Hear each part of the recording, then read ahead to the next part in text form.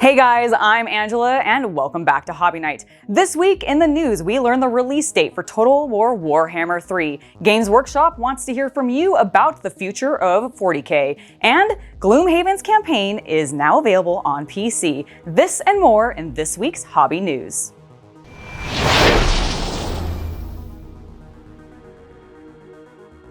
First up, I want to talk about the survey that Games Workshop has about your feelings on Warhammer 9th edition that they have on the Warhammer community site, because it is going to be up until November 11th, and I think it's a pretty important survey. They're asking some pretty generalized stuff in there, like your demographic, whether or not, how old you are, how often you play, what type of matches you play, points versus power, but then they get into a little bit more specific things like, is the game too complex?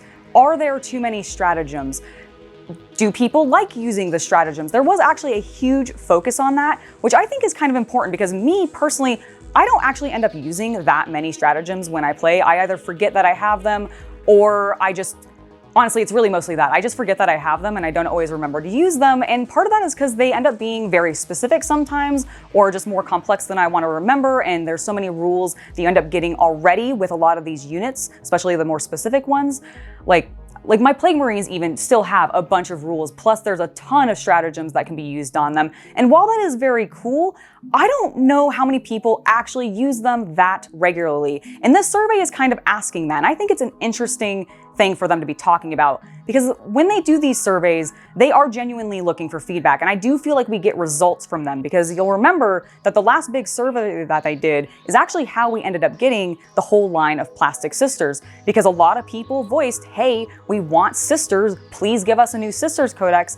And Games Workshop actually listened. So if you go online, take the survey and let them know, hey, this is how I'm feeling about the game. This is what I think on its complexity level. This is whether or not I think it's good for beginners, whether I think it's easy to enter into the game, or whether it's really only meant for like pro players or people who've been playing for a really long time. These are all questions that you can answer in the survey, and I think that is really good information to give them. So I would highly encourage you to go onto Warhammer community site and take the survey, because like I said, it'll be up until November 11th.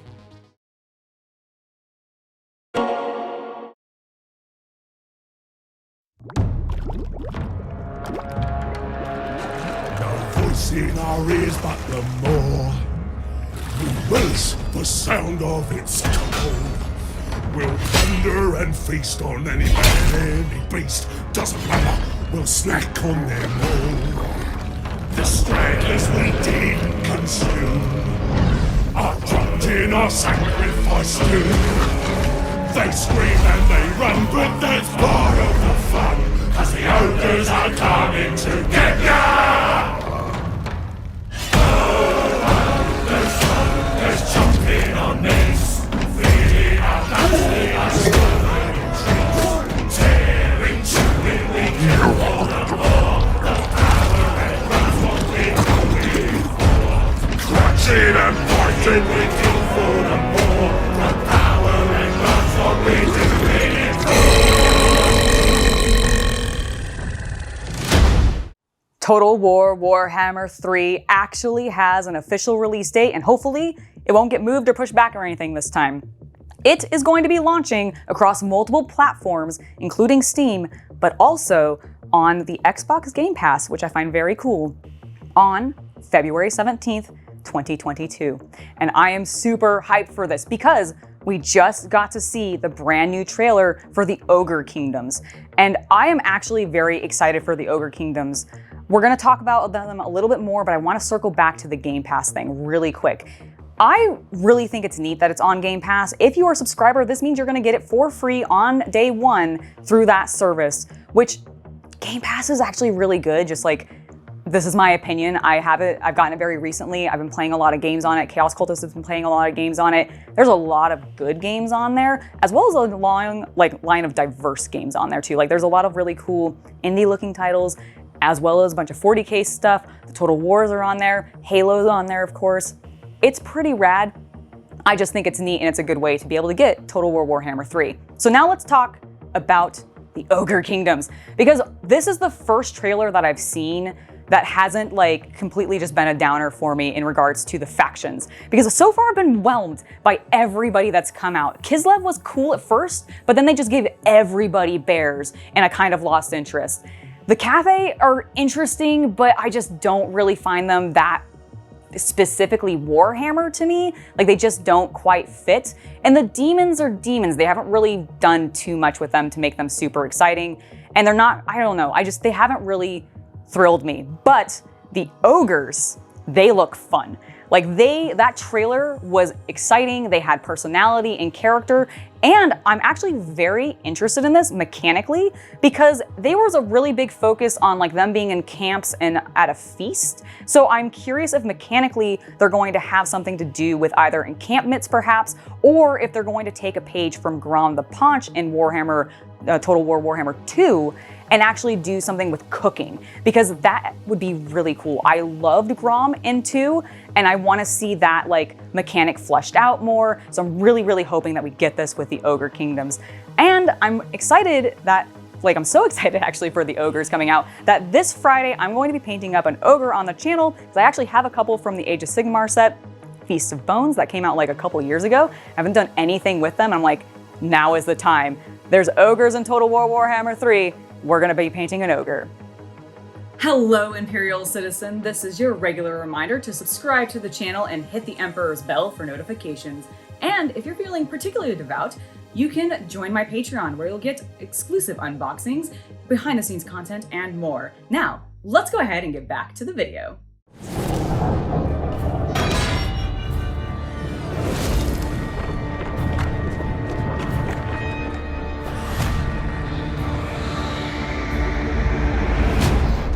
The Death Guard are the corrupted Chaos Space Marines of the Plague God Nurgle. They are his favored spreaders of his most bounteous gifts. Pus seeps from their festering wounds that never heal. Miasmic smogs of corrosive, stinking gas emit wherever they tread. Wriggling leeches clamp onto their rotting but resilient flesh. And they are accompanied by billions of droning plague flies that swarm in tow. Nurgle's greatest gift comes to the Tatea sector, heralded by the foul and wicked Death Guard. We're sticking in the realm of video games because we're next going to talk about Chaosgate Deamonhunter, because I am really hyped for this game because of the newest trailers that they have out, showing some of the mechanics and gameplay for the Nurgle demons in it. And oh my god, I did not realize that we were going to be able to have Myphetic Blight Haulers in the game. Like, I know that you're playing as the Grey Knight, so you aren't specifically going to necessarily be controlling the demons and everything, but the fact that I get to fight them is really, really cool to me. And did you see how tall he got in the trailer? It was just, I really liked him. He's really cute. That is my favorite model. I think I said this in like a couple of videos actually, because it's the cutest thing ever and I just really like it. But in addition to just showing off all the different models that were going to be in there, they actually had some spotlights featuring some of the unique abilities of the Nurgle characters and everything, specifically the Poxwalkers, as well as looking at one of the Plague Casters, which was really cool. And it totally justifies one of the models that I chose to be one of my Plague Casters recently, because there was a point where like I kind of thought maybe they had to be Space Marine-y because the actual official Plague Caster model is a Space Marine. I think he's got power armor and everything on. But I used a Blackstone Fortress Sorcerer, like Chaos Sorcerer, and just did him up in my Nurgle color scheme. And the Nurgle Plague Caster that is in this trailer is definitely just like standard human size. So I feel totally justified in running him in all of my battles going forward. I mean, I could anyways, but I feel like this gives me like canon, yes, that can be a thing. Additionally, this is one of those games that I'm actually very interested in playing on the channel, so if you want to see me play it too when it comes out, which will be at some point in 2022, let me know down in the comments, because I'm really, really interested in this, as they call it, a fast-paced, turn-based tactical RPG. I think it's gonna be fun. Let me know what you think down below. Earlier, we looked at some of the new TOYJOY models that were coming out, and we specifically saw the Death Company and some more Ultramarines, but we got a little bit of a tease of a dreadnought? Well, we have more information about the TOYJOY dreadnought, and it is in fact an Invictor warsuit, and it's piloted by a fully kitted out and removable intercessor, which is just really, really cool to me. So he's 30 centimeters tall, which is about just shy of 12 inches. He's gonna have 45 points of articulation, and apparently he's got pistons in his leg that help keep him upright and stable, which is very, very cool because oftentimes as a recent toy collector, sometimes they don't really want to stand very well. So having something that once you've taken it out of the box, you've got it loosey and everything, and then you can pose it and everything and actually have it stay upright, that's fantastic. I'm really excited about this warsuit. This line is definitely becoming something that I really am interested in wanting to get my hands on. I just like Bandai's products already, and the fact that they're making all of this Space Marine stuff is very cool. Additionally, we're not just getting the warsuit though. They also showed off a new Primaris Librarian, and he's got 28 points of articulation. I think he roughly stands about the same height as the other Space Marines, and his cloak is interestingly made of soft plastic so that it actually is a little bit more flexible so that as you're posing him and everything, it's not gonna get damaged or scuffed or like hopefully break off or anything like that, which is a nice little touch as somebody who likes to pose figures and take photos of them. You like to do that too, this will be a nice little added addition. This line is honestly really cool. I can't wait to see what else they're gonna come out with. I'm hoping that much like the McFarlane toys have started to branch out into the Xeno races and everything, that JoyToy will as well, because I'd love to see what they do with the Necrons. Peggy 12.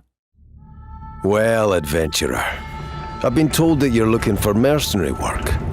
The life you're about to embrace is hardly a noble one, and it's definitely not easy, though it can be quite lucrative. You're hired blades now, not some band of wandering heroes on a righteous quest. Form your band of mercenaries and start bashing in skulls, killing monsters, or whatever else you're sent out to do. Just remember that you're paid to get results, not ask questions. You'll face undead creatures, merciless tribes, and terrifying beasts beyond mortal comprehension.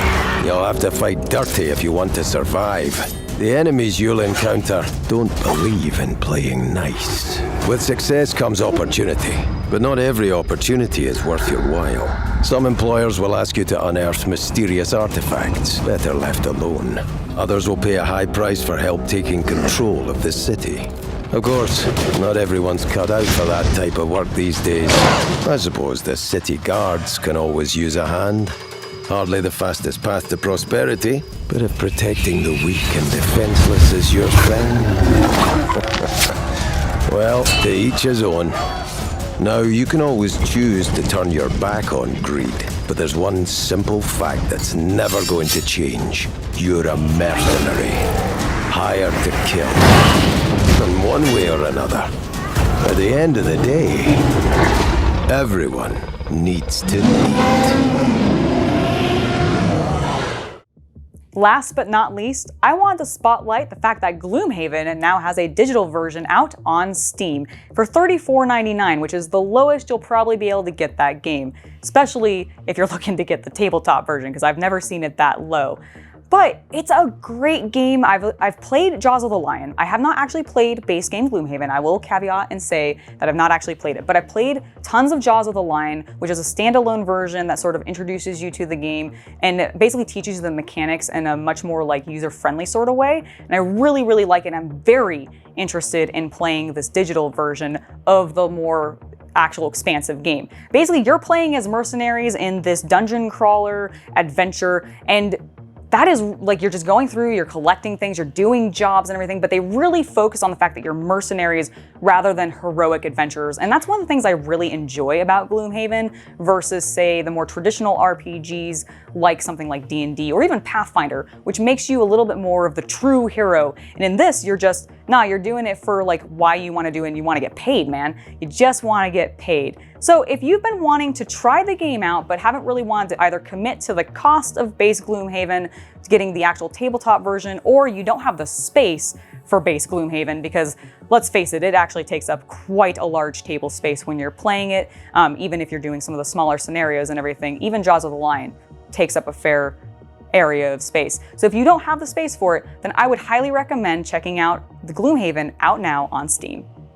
All right, that has been it for this week in hobby news. It's a little bit of a lighter news week, but honestly, I'm okay with that because I went to a wrestling event last night, Hood Slam, and it was a blast, but man, am I tired. So without further ado, let's go ahead and wrap this up. Reminder that I am going to be painting an ogre this Friday, which I'm very excited for. It's going to be a lot of flesh tones, which I've not actually done a lot with, so I'm very hyped. Plus, I wanted to give a shout out to my patrons for supporting the channel and allowing us to make content like this. You guys are great, and thank you so much for being here.